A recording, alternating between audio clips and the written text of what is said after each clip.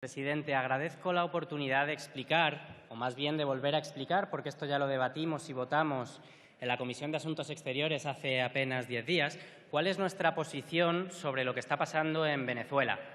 Ahora bien, ante el tenor del discurso del portavoz del Partido Popular, sí me gustaría decirle que no aceptamos lecciones de democracia o de respeto de los derechos humanos por parte de quienes, contra el 90% de la voluntad de este pueblo, nos metieron en guerras ilegales que han causado cientos de miles de muertos y que hoy, cuando los refugiados de esas guerras se están ahogando ante las costas de Europa, no hacen nada para resolverlo. Ni una lección de su parte, pidan perdón a nuestro pueblo, más bien. Venezuela atraviesa un momento muy difícil. Tras un periodo de grandes avances sociales, ahora el país atraviesa una grave crisis económica, una gran polarización política y social y unos niveles de violencia tremendamente preocupantes.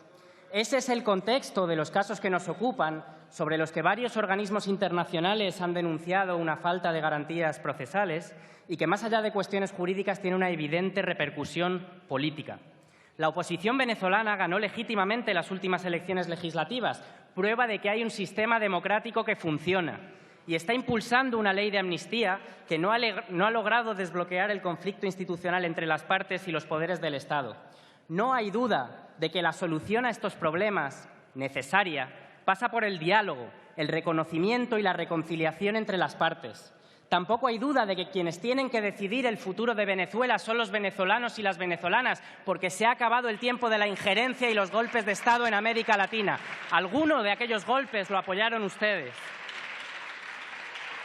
La UNASUR, la CELAC, el Papa Francisco, el secretario general de las Naciones Unidas han dicho que la única solución posible a la situación que atraviesa Venezuela es la mediación y la resolución pacífica de los conflictos a través del fortalecimiento del Estado de Derecho. Y ahí España podría y debería jugar un papel clave, ayudando y facilitando en esa mediación a través de nuestra diplomacia. Esa sería la mejor manera de ayudar al pueblo venezolano, pero también lo que más convendría a los intereses de nuestro Estado, porque Venezuela, como todos los países hermanos de América Latina, es una prioridad estratégica para nuestra política exterior. Eso es lo que planteamos en la enmienda que hemos presentado, ayudar a resolver esta situación exclusivamente a través del diálogo y la vía diplomática y no la confrontación y la injerencia. Pero digamos la verdad, esto no es lo que les interesa a ustedes, porque si así fuera, lo harían. A ustedes les interesa alimentar una operación político-mediática incesante y obsesiva para convertir Venezuela en un asunto de política interior, cuyo único objetivo es desautorizar y criminalizar a una fuerza política con 5 millones de votos. Para ello, no han dudado en utilizar los aparatos del Estado, fabricando informes falsos, con acusaciones falsas, con denuncias falsas que han llevado a prisión por prácticas de extorsión mafiosa a quienes las presentaban. Esto es algo gravísimo e inaceptable y en un país serio el ministro del Interior ya habría tenido que presentar su dimisión.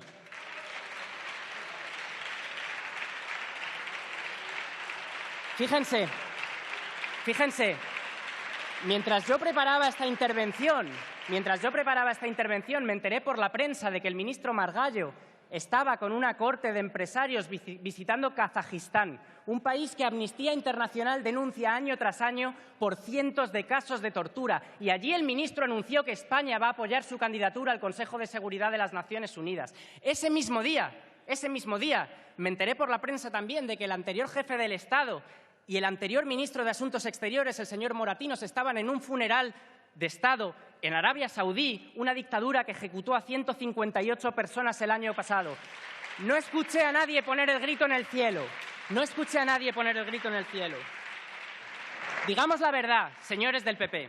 Su interés prioritario en esta cuestión no es defender los derechos humanos, sino obtener réditos políticos para la campaña electoral. Si no fuera así, si ustedes trajeran a esta Cámara una preocupación y un compromiso sincero con los presos políticos y los derechos humanos, tal vez hablaríamos aquí alguna vez de los más de 600 presos palestinos. Un momento, por favor. El público no puede intervenir de ninguna de las maneras. Por favor, desalojen a esta persona.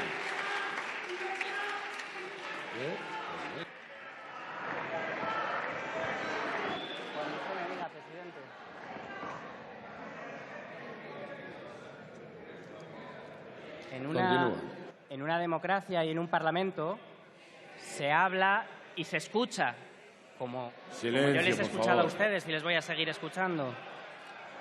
Silencio, por favor.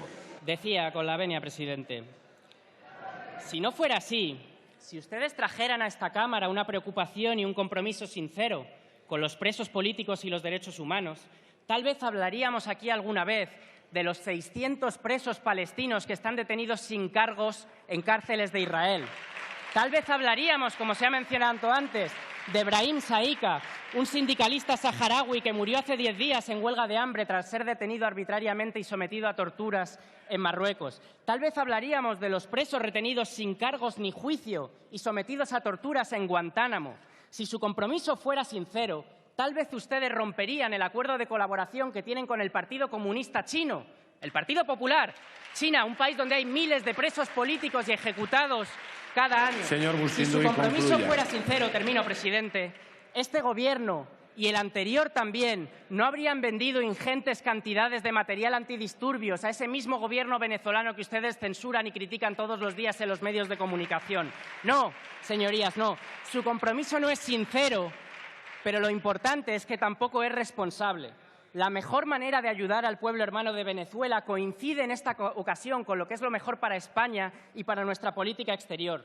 Apoyen ustedes nuestra enmienda, utilicen la diplomacia, favorezcan el diálogo y la mediación entre las partes, dejen de utilizar la política de Estado para servir fines partidistas. Nuestra democracia, esta democracia, se merece otra cosa. Muchas gracias.